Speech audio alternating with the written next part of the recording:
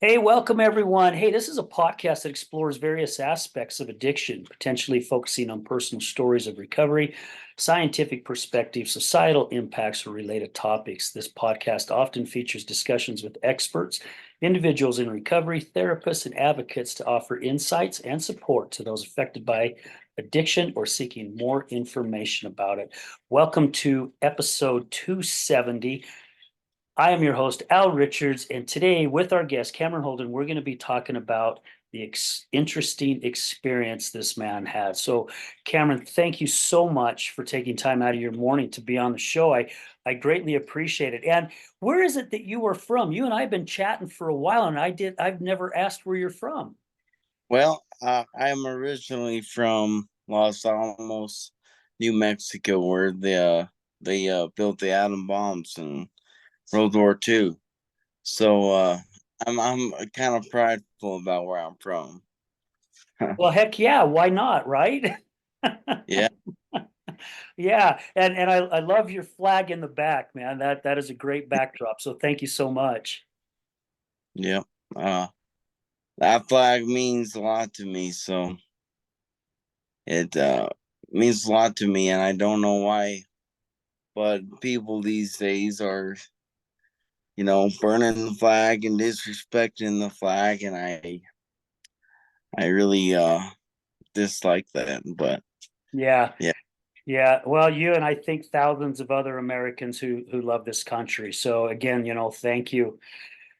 Cameron, you and I we've been chatting for a little bit, and we actually connected on social media, and you were the first one that reached out to me, I believe. Thank you so much for doing that. And you've got an interesting story. So why don't if it's okay, well, how about sharing that with us?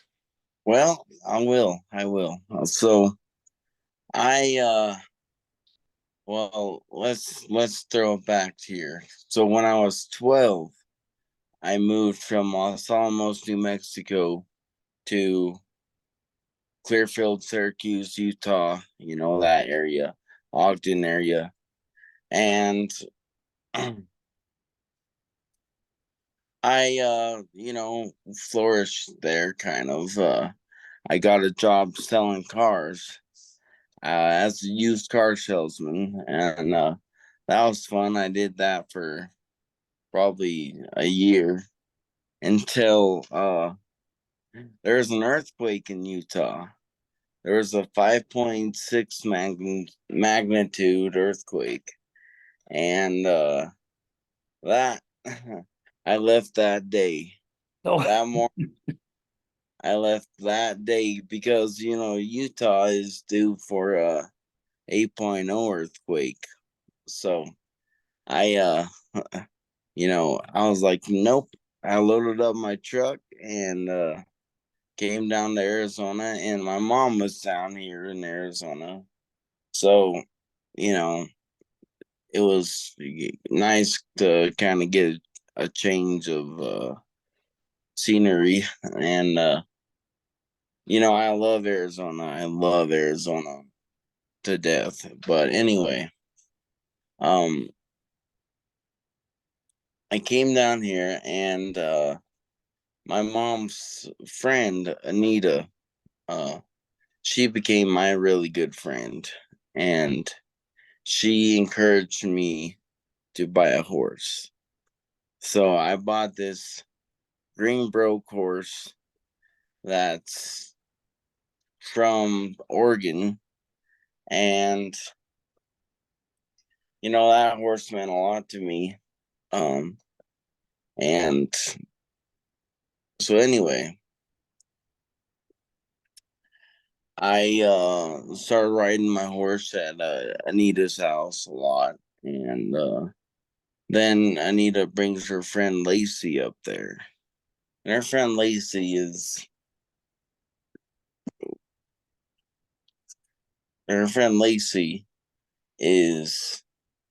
about 36, I think now. So back then she would have been 33, 32. And she was a barrel racer, and she she was pretty good with the horses and stuff. And so, yeah, of course, being a young cowboy, I thought she was pretty hot. So, uh, I eventually, was catching some feelings for her. And we made this trade deal, you know. We made this trade deal, and I was supposed to go down to Eloy, Arizona to fix up her house. And she was supposed to come up and fix up my camp trailer that I bought for $300 from my grandpa. And yeah, so we set up that deal. And anyway, I went down to Eloy with my horse in tow and stayed down there, and I set up her barrels every night. And I mean, I did. I One of my main problems is doing stuff for other people that they wouldn't do for me, and so that was one of the main problems there. And well, one night, oh, let me go back here. I was staying on her couch, and it was fine with me. And then she decides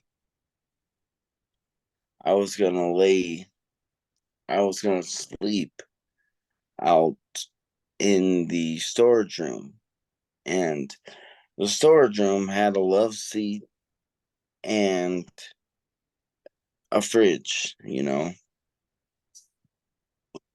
Excuse me. And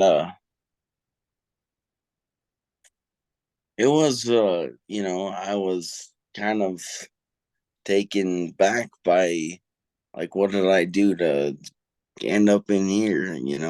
It's September in southern Arizona, and it's hot. It is very hot, and even at night it's hot. And I was, I stayed in there 2 nights, and it was 2 or 3 nights. And I got up in the morning and fed the horses, you know, with hay that I paid for. I was paying for the hay and everything. And I fed the horses, and I went back inside and I sat down on the couch on the love seat. And at that point, I was, you know, I was done with life. I was, I felt like nobody could help me. Nobody. And I felt like, um, it's, it like, it's the worst feeling in the world, the darkest moment of your life, you know? And then I reached for my gun, and, I was playing with it, just, it wasn't loaded, and I was pulling the trigger and stuff. And then I cocked the slide back, and I I really don't think I meant to kill myself, at that time. And it was it was, like that. I somehow pulled the trigger, and you know that is the result. And I I shouldn't have made it. Um, I don't know if I died and came back or what, but I was found in the room with dried blood on me. Um, with dried blood, and it probably looks like a scene out of a horror movie. I'm sure. I don't remember this. I'll be honest, I do not remember this. But there's two witnesses, Deputy Hernandez and Lacey Riddell. And they said that they saw me there. And I just reached up like someone was taking my hand. And I said, Jesus. That's all I could say. That's all I could say. That's all I could say for 8 months. Um, I was completely paralyzed or hemiplegic really. So on my right side of my body was completely paralyzed. Now I'm able to walk, and I'm able to talk. I'm able to sit here and talk and you know function normally. And um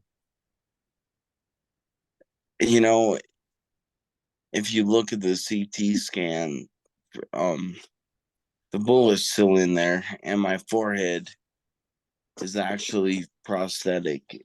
And they cut the my forehead originally. They cut it out because of the swelling. Um, it was so bad. They had to do two emergency surgeries on me. And they said I wasn't gonna make it. They told my dad, and my mom, he's not gonna make it. He's he's not gonna make it. My mom, you know, filed for power of attorney of me, and it was a very, very tough time for everybody. And the fact of the matter is, I feel guilty because uh there was 30 plus family members there. My uncle from Utah came down from northern Utah, you know, um, and it just showed me that there is people that care about me, and there is people that, you know, will help me in those times of need. And, that brings me to a point where, you know, that is a miracle. I mean, Jesus Christ was there in that room. I don't remember it, but I can almost guarantee you he was. Yeah. Cameron, can I stop you right there? Pause you just for a second. I'm going back where you said you sat down on that love seat, and just all of a sudden that thought across your head came that said you was done with it. Have you gone back to think of that moment of what was it that just got you to that point? I mean, you said earlier that you're the type of guy that you do everything you can to help other people, and just felt like you wasn't being appreciated I don't know, maybe that was it, or Yeah. is there some Um. other things that kind of was going on inside your head at that time? Yeah. There is actually. I was gonna get to that, but Okay. uh, uh, yeah, there is. You know, I had a really rough childhood. Um, from my mom, uh, showing up to my school when I was in second grade, drunk, and my dad was there, and he told me to go home. He told me and my brother. My brother is 4 years older than me, and he has Asperger's.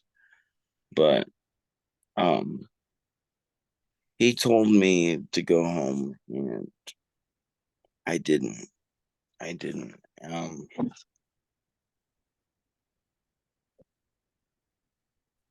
I didn't go home and watch my mom get arrested. Um, that was hard, you know. My dad's pretty much raised me and my brother. Um, uh, I have a sister too, but anyway, she was in college during that. So, but my mom took a big toll on my life. Uh, and I don't know if she realizes it or not, but I mean, I've had anxiety my whole life and depression my whole life. Ever since I was 4 or 5 is when my parents got divorced. And I've had to deal with that. And I've gotten some pretty bad hands in my life, but I keep uh taking taking it and asking for more with a smile, you know, because I've realized if you think with your heart instead of thinking with your brain, because your brain will lie to you and tell you all these things that aren't true. Um, and it's pretty bad. And I have experience with addiction as well. Um, not really on my part. I was kind of addicted to alcohol back in the day before I shot myself.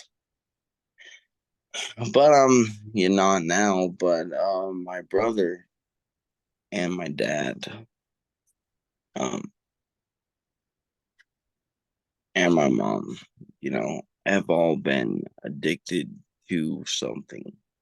And my brother was addicted to meth, and that was the scariest time of my life. I mean, uh, meth, meth is the devil. That's all I can say because it'll take someone. My brother was 220 pounds, and he went to 170 pounds in like a month and a half. 2 months. Um, and that's just horrendous. So Cameron, from what I'm understanding, is basically the trauma that really your whole family, right? Your brother, and apparently some type of trauma or something that had happened to your mom and dad to put them in that circle that they just happened to be in, that was, where they fell into some kind of substance to basically help numb. Because I'm a firm believer that it's not really the substance, right? That's just the Band-Aid. Oh no. We're just using it to cover things up, right? So we're not feeling the pain.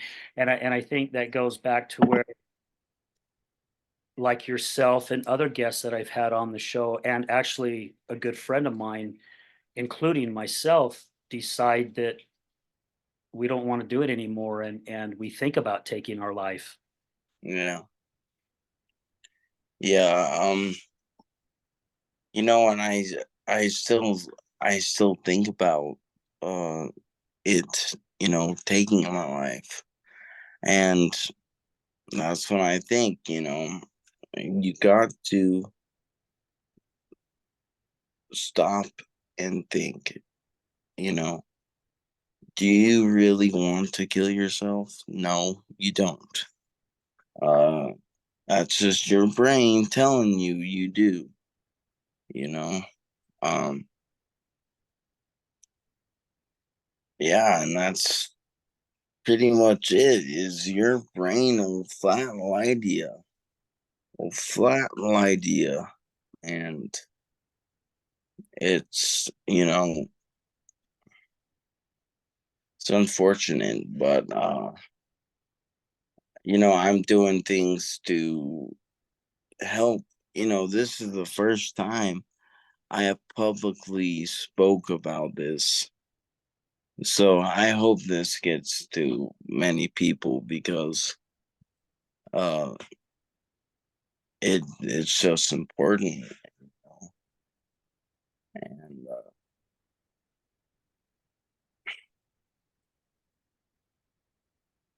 You know, Cameron, it takes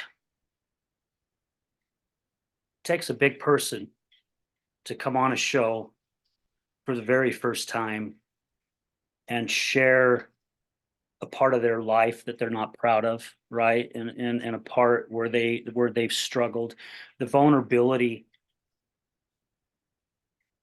that it takes to do that is huge.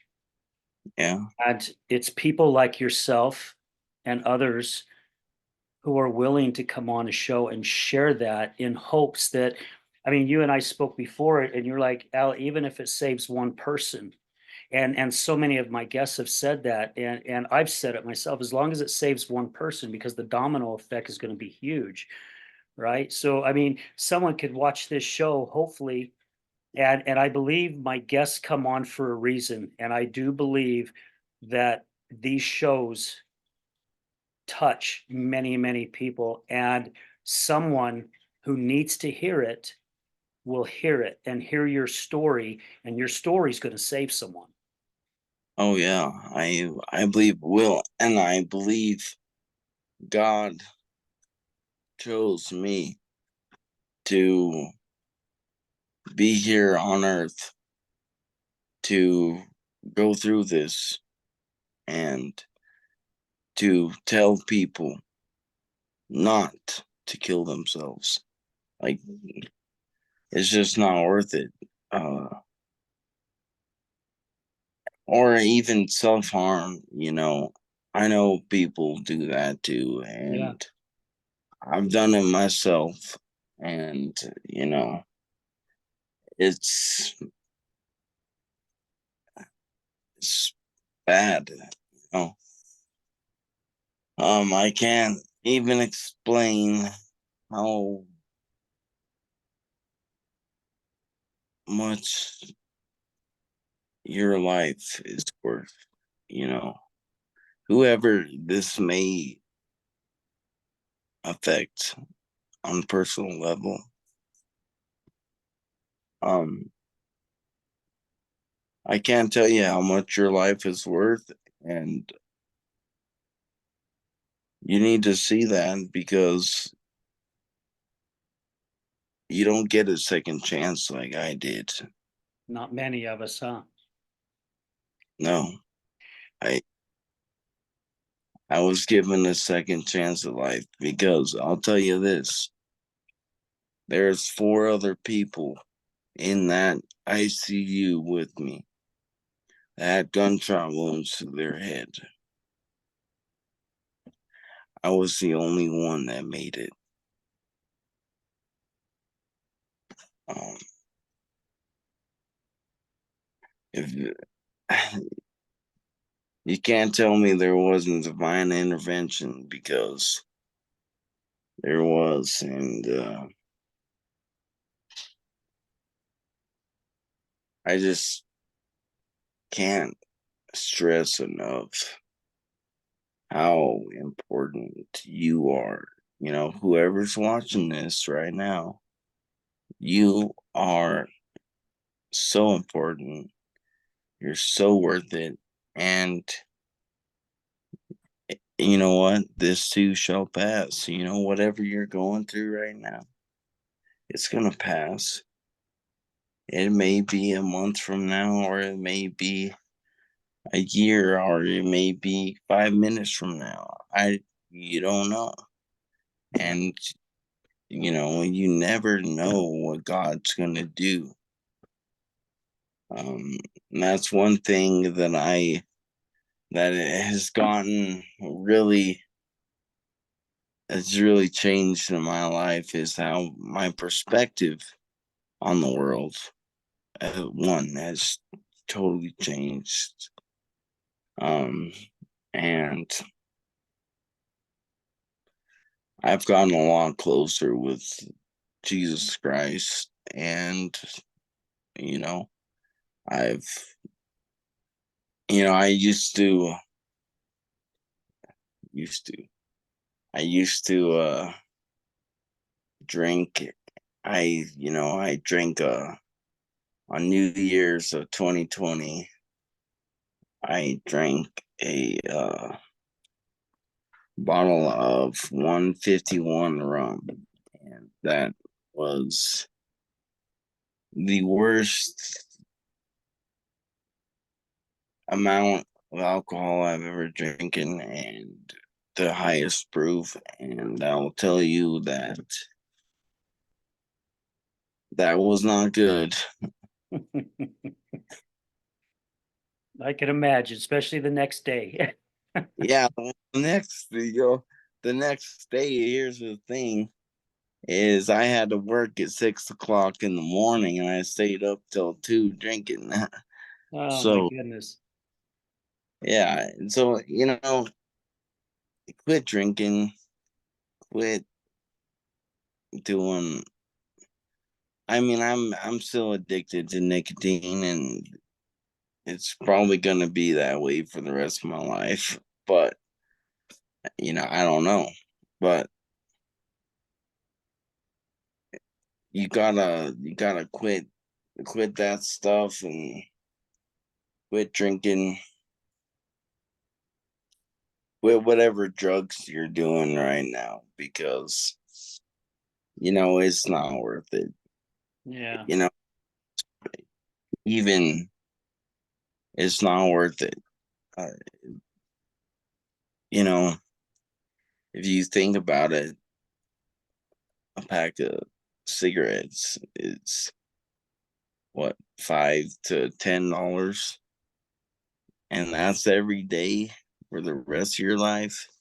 Do you want to pay $5 to $10 every day for the rest of your life? I No. Well, and you're cutting the rest of your life down too, right? It's you're making it short.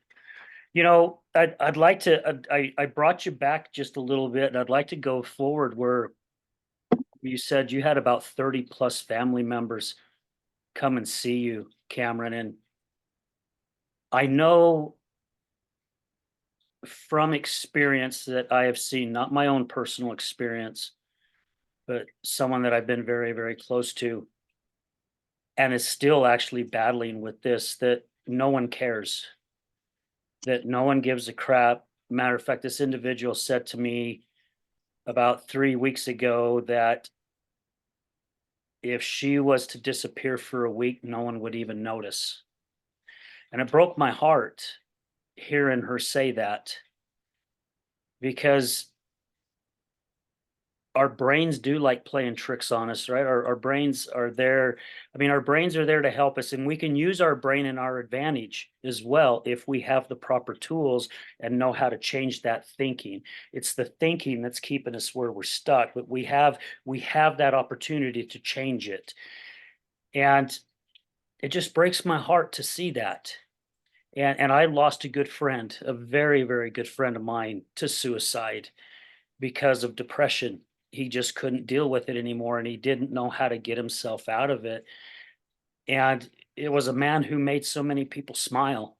His laugh was so infectious, you know. I mean, I still hear his laugh to this day, and he's been gone for many years, and I still hear his laugh to this day and remember the times that we sat together.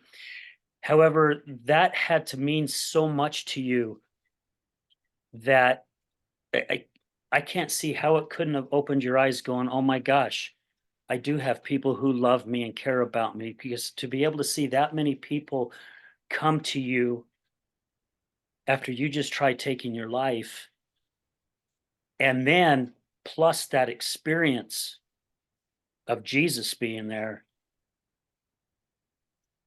Yeah, it it doesn't seem like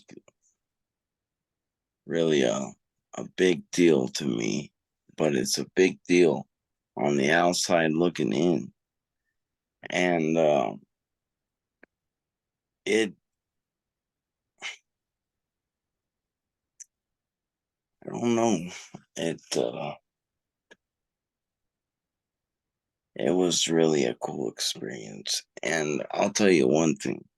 Um I was in a coma the first 30 to 40 days of me shooting myself.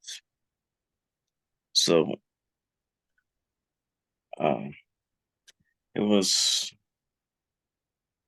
it was pretty weird waking up and you know later on finding out that 30 to 40 family members were there. It just makes you realize, it really makes you realize there are people that care. And I will stress this again. I mean, you don't know how much you're worth until that is taken away. Until your worth is taken away, you don't know how much you're worth. If that makes any sense to you at all. Um, you know, until I was in the hospital, hanging on to my life by a thread,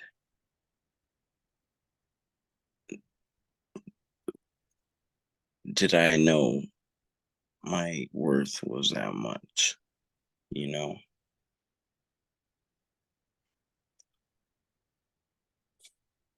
So You it, know, Cameron, Jesus had to know your worth too, and so did God. I mean, you're reaching out to him, right? They're I mean, there's something there. There's something there behind the veil, and that veil's very thin. oh yeah, And to be able to experience what you have experienced, man, what an awakening. What a huge awakening. yeah. I mean, what an awakening because, I went to church on Sunday, before, but, let me put my phone on vibrate. Anyway, I put, um, you know, it's an awakening because was going to church and stuff, and I believed in God, but I I was like, what if this is all fake? I grew up Mormon, actually. And I've always wondered, like, well, what if this is all fake and this is that? And then that happens to you, and you're like, whoa, my perspective on life has totally changed. And, you know, I'm here on Earth on a mission to do the things I need to do to help people, to be Christ-like and help everyone I can, because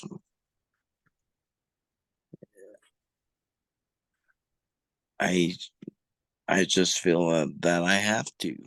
Uh, that's he saved my life, and I'm gonna save more lives. And that's just the way it is. You know, Yeah. Do you feel like you know pretty much now what your calling is, what your why is? yeah. And my why is to help people, to be the best person I can every day, and to be something, I don't know if it's politically or s- some other thing, because we need to really do something about the mental health in this country. And it drives me absolutely nuts that homeless veterans and homeless people, um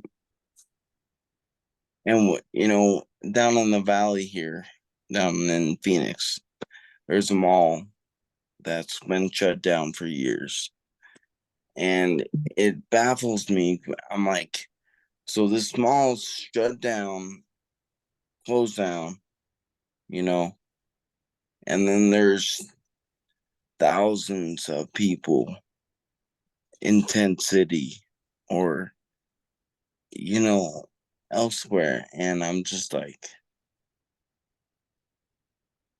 where's the logic in this? Where, you know why don't you put these people to work?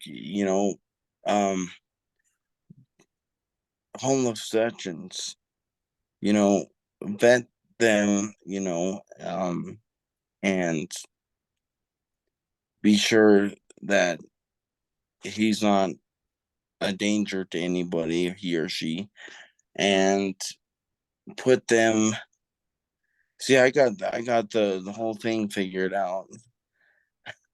You can solve school shootings by putting homeless veterans to work protecting the schools. I mean, just simple things like that come to mind, and I'm just like, why isn't somebody doing this? And Cameron, I think you got a great idea. I mean, seriously, I really do believe that you have a good idea. And I just want to throw this out there just to put a thought in your head. Yeah. One day I'm at the gym and I'm thinking about some stuff that's been going on, and I said the same thing that you just said. I'm like, how come someone doesn't do something? And it took me a little bit, and then I went, you know what? I'm someone. Yeah. You know, if there's a will, there's a way. And again, I believe you have a really good idea. Maybe ponder on it a little bit and see talk to other people, and I bet you would have some people that would back you and figure out what needs to happen, to see if this is possible. And it may take some time, of course, because a lot of good things do take a little bit of time. Gosh, that could be just another path that you're taking that's going to help so many people, because a lot of our veterans, as you know, are taking their life too, right? Oh, 20 a day. Yeah, and when we're still, that's the devil's playground. When we're still, as long as we're doing and we're giving, and you've said it many times throughout the show about giving, we're doing God's work. I'm Yeah. a firm believer, because I've seen it happen and I still see it happen weekly, monthly in my life. God puts the right people in your life so you can continue on the path that you're going. He does. He does. 100% he does. You know, uh I everybody I met in my recovery, because it took a long time to get to this point where I'm standing and walking. But back in when it first happened, my recovery hospital, some of the people I met in there were some of the greatest people you'll ever meet in your life. And just the people I've met in this recovery have been so divinely in divine divinely, I don't know what to call it, but the it's like they're from God. Uh they are from God, and there's no question in my mind that they are. Yeah. Yeah. So it took you some time, a lot of rehab to get yourself back up on your feet. Oh, Did you feel as though you had God or Jesus by your side throughout that whole rehabilitation? yeah, I did. Yes, I did.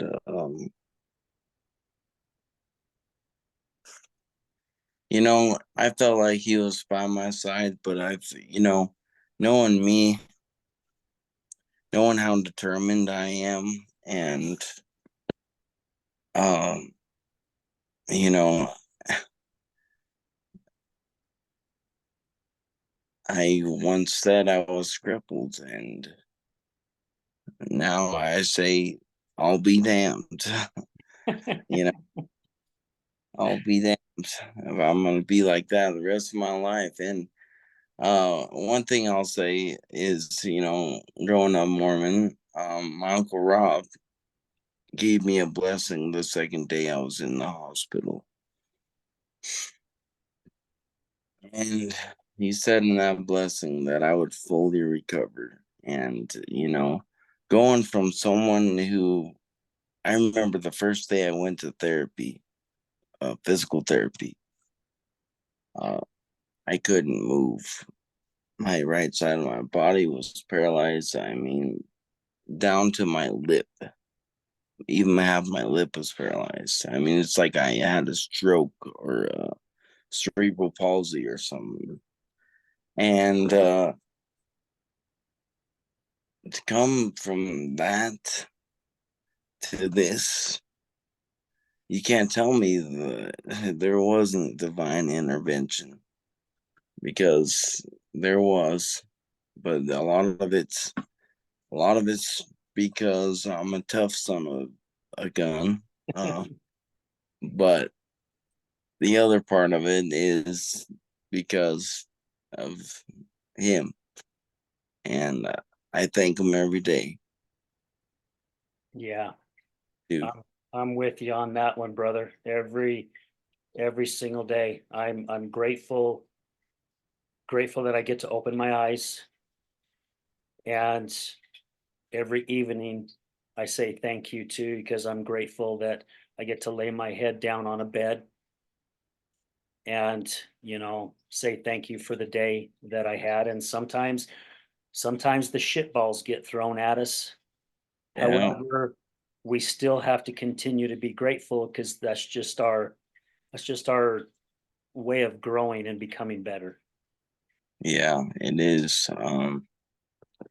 And you know, we could be in a war zone, we could be in Israel, we could be in Ukraine, we could be in Uganda. I mean, what we live here in this country. We get to call this place our home. And you know, things are getting pretty politically divided right now. But as long as we abide by his commandments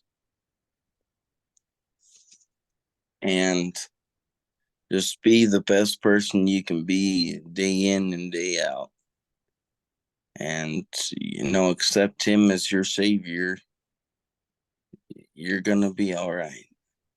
Yeah. I had a friend tell me quite a few years ago that we are the only country that has God in its allegiance. No other country anywhere in the world has that except for the United States. Yeah. And there are individuals out there that are doing everything they can to divide us as we the people.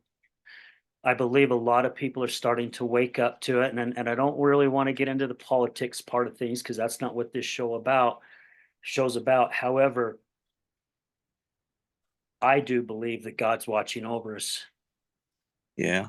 We have him on our money. We've had him, you know, plastered all over our country. And there are people who are wanting to take that away. And I do believe the power of his will come back, and we'll see a different America whenever that time happens. Yeah. And you know A what? good I got a tattoo that says "We the People" right here. Wow. All right. So you know, it was funny. My dad said before the podcast came on, or before the podcast, he said, "You're gonna wear your buttons down so you can see that."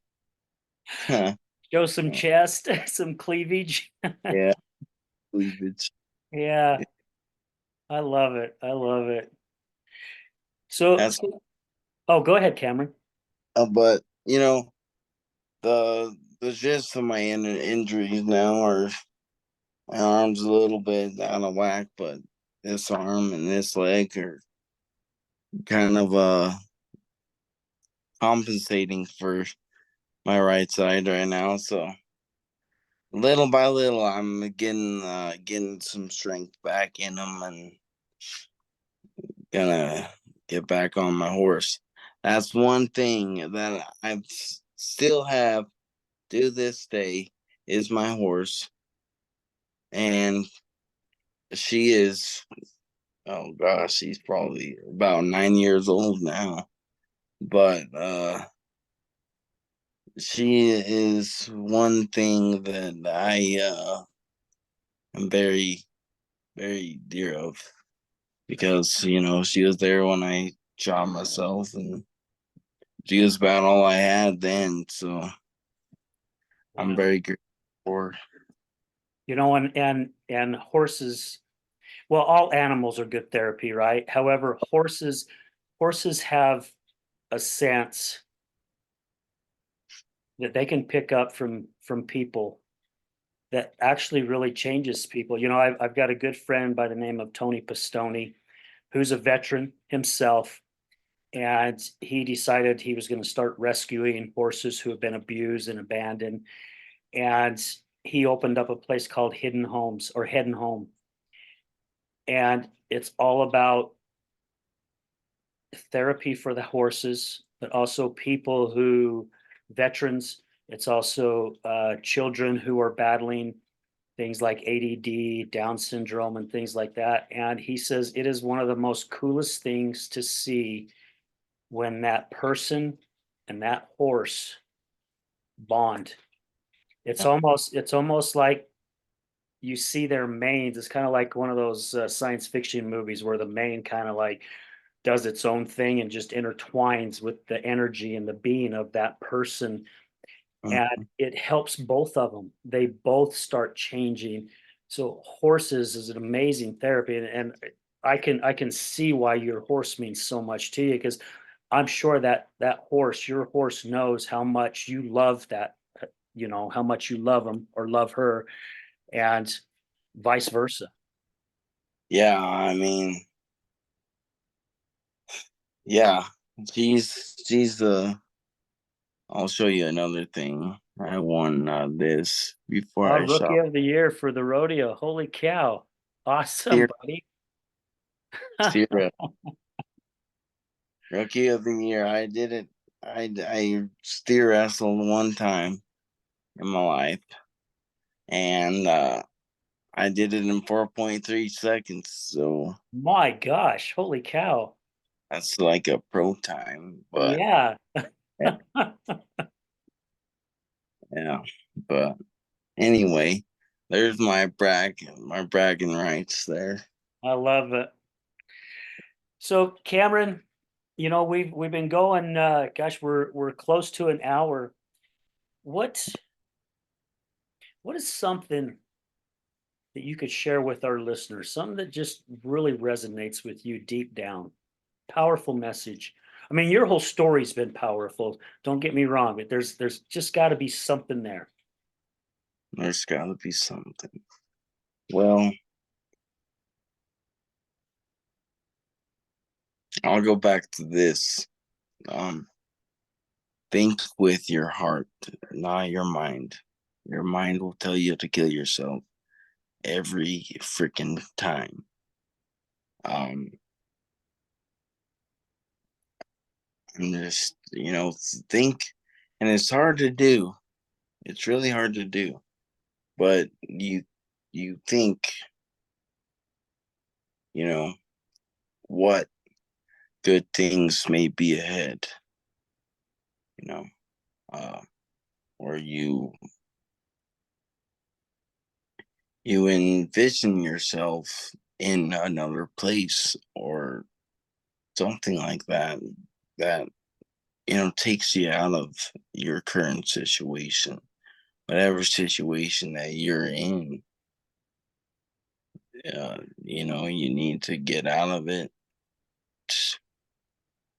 Just picture yourself somewhere else. Picture yourself on the beach or at a rodeo. That's what I would do. um I don't know. You just gotta gotta think with your heart instead of your brain. Yeah. Yeah, listen to your spirit too. It's I'm a firm believer with that since I've really tapped into my spiritual side of things. I have some pretty good direction.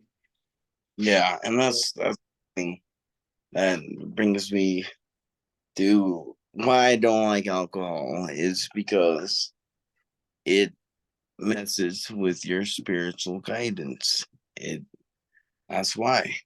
That's why I don't really like it because it can mess with that. And you know, I've been blessed so much in the past 3 years. I can't even tell you. I have more stories, but we're gonna we're gonna keep them for another episode or something. That But sounds good to me. Yeah, I love it. but yeah, I have some cool stories about you know me almost dying. But yeah, uh, you know, yeah, it's pretty cool. Yeah. So what are your plans going forward? Well, I plan to see where God takes me because I've learned that no matter where you want to go, you're gonna go where God wants you to go, you Yeah. know. So just ride the wave and see if there's been some peer support positions open near me, but eh, here's the thing is I live in a small town. It's St. John's, Arizona. It's 3,500 people, and there's the nearest town is an hour away. So you know you're kind of limited on stuff you can do, but I like it because it's a small town. Yeah. Yeah, but Yeah. I don't blame you there. Where I grew up is actually where I live right now, West Jordan, Utah. It was pretty uh, small when I was 9 when my parents yeah, moved out there. pretty small back then, but now it's Yeah, now it's almost, I think, the third largest city in the valley now. It's crazy. that's wild. Yeah. Well, there's other things you can do, even in a small town, there's way to reach people, through Zoom. And I know people who actually help coach individuals, through Zoom. And I just recently, since you and I have last spoken, I have recently just passed my test, and I am now considered an internationally certified crisis and recovery coach. Oh, good. Yeah, so again, it's a path I never thought that I was going to be on. And however, when you let go of the wheel and let God do the steering, he takes you in the directions he needs you to go. And everything just seemed to work out really well. And I know eventually I'll probably end up coaching people through Zoom. Right now, I'd like to do more face to face. However, that's what's great about being certified internationally, is that I can reach out to people in different states as well as countries like Canada. I was trained for Canada and the US, and be able to help as many individuals as possible. And so there's a thought, right there again for you, if that's the direction. There's all kinds of ways we can go. Sometimes I'm at the gym and all these ideas come up, and they're not my ideas. I like to say that's my spirit whispering in my head, telling me, which direction to go. I have those thoughts too. You know. Yeah. Well, Yeah. Cameron, man, it has been an absolute pleasure having you on the show. Thank you so much for reaching out to me, and I'm glad we finally got you on. We had you scheduled earlier, however, some things came up for you, and we had to reschedule. And that means a lot to me when someone still wants to reschedule and come on the show. So, thank you very much to you for wanting to come on and share your story, really for the very first time. So, thank you. Yeah. You're welcome. Hopefully, it reaches someone out there that can really resonate with, and you know, just pray. And I got another thing. Okay. If you're religious, I don't care.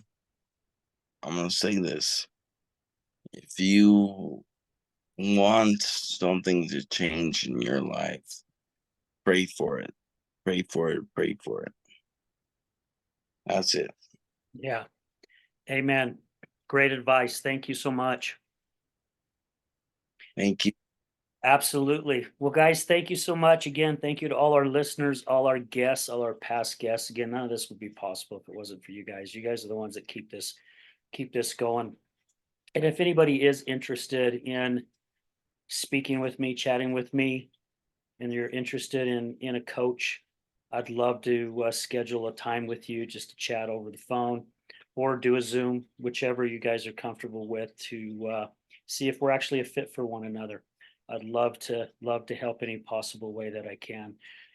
You guys can also reach out to me at mralrichards@gmail.com. So feel free to reach me through email, or you can find me on the podcast. You'll see me on social media under Al Richards or Al Connect, or under AR, the other side of addiction.